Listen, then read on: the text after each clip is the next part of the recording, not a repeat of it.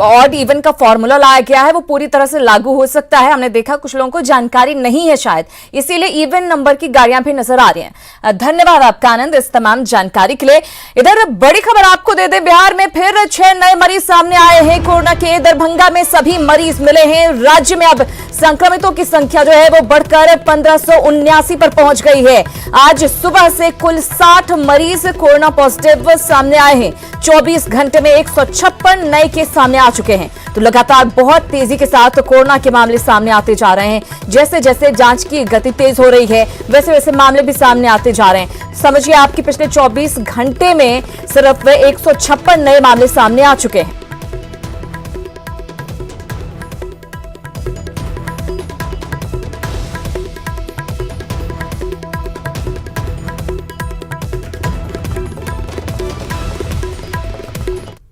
और स्वास्थ्य मंत्री मंगल पांडे जी से हम बात करेंगे, हमारे साथ जुड़ गए बिहार के स्वास्थ्य मंत्री मंगल पांडे। स्वास्थ्य मंत्री जी, न्यूज 18 बिहार झारखंड पर आपका बहुत बहुत स्वागत है। सबसे पहले हमारा सवाल कोरोना की जांच को लेकर है। आप बीते कई दिनों से कह रहे हैं कि जांच में तेजी आएगी। सीएम नीतीश कुमार ने भी ऐलान किया कि हम एक दिन में 10,000 जांच के आंकड़े के लक्ष्य को छू लेंगे, लेकिन अभी भी 2 से 2,500 से ज्यादा जांच का आंकड़ा नहीं बढ़ पा रहा है। कब तक उम्मीद करें कि जांच में तेजी आएगी? ध्यान में होगा कि 6 मार्च के पहले तक बिहार में कोरोना की जांच की सुविधा नहीं थी।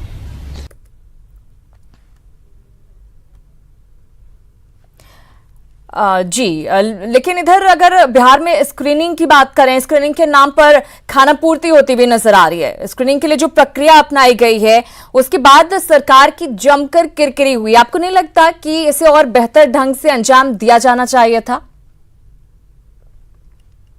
मैं आपको बताना चाहूंगा कि बिहार पहला ऐसा राज्य था जिसने ये निर्णय किया कि हम अपने संपूर्ण राज्य के अंदर हर घर पे जाके कोविड-19 का स्क्रीनिंग करेंगे।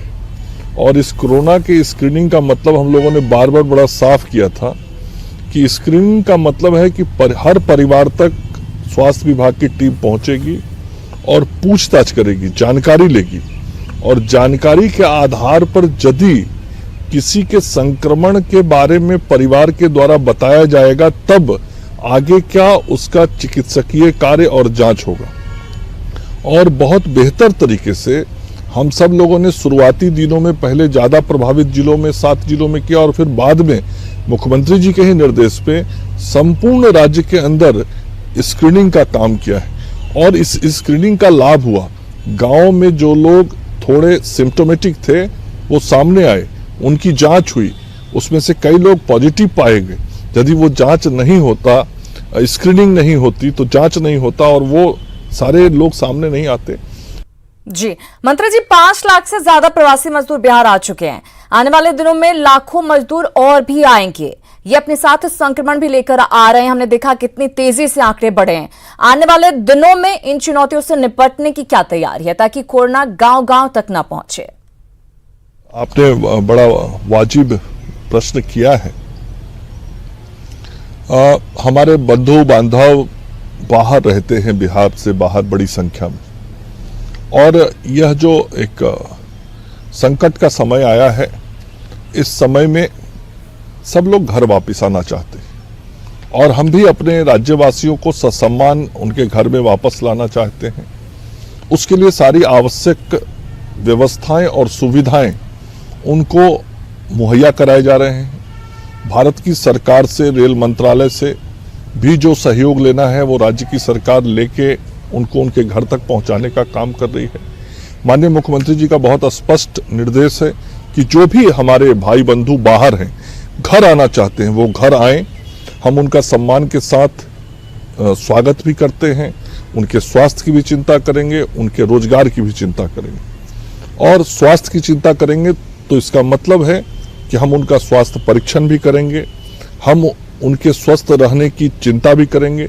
जो क्वारंटाइन सेंटर्स बने हैं उन क्वारंटाइन सेंटर्स में उनका प्रतिदिन हम स्वास्थ्य परीक्षण करवाएंगे और यदि उसमें कोई मरीज दिखाई पड़ता है या सिम्टोमेटिक दिखाई पड़ता है तो फिर उसको अलग हेल्थ क्वारंटाइन सेंटर में या आइसोलेशन सेंटर में या आवश्यकता पड़ने पर कोविड हॉस्पिटल में फिर वहां हम भेजेंगे और भेज रहे हैं।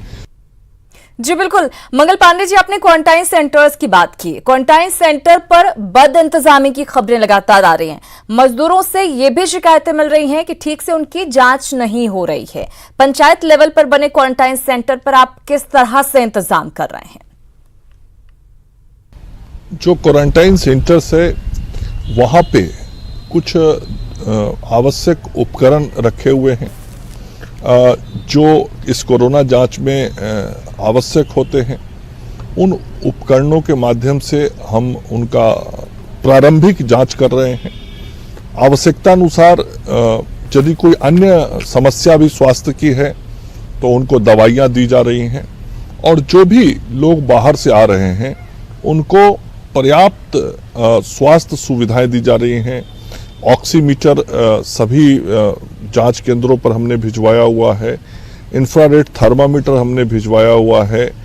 तो जो जांच के लिए आवश्यक उपकरण चाहिए, सामग्रियां चाहिए और चिकित्सकों का दल हर प्रखंड स्तर पे चिकित्सकों का दल चिन्हित किया हुआ है।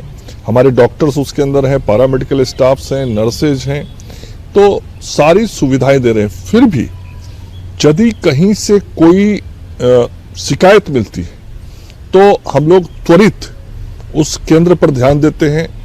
विभाग भी ध्यान देता है। हमारे जो जिला प्रशासन के लोग इन सारी व्यवस्थाओं को देख रहे हैं, त्वरित कार्रवाई करते हैं।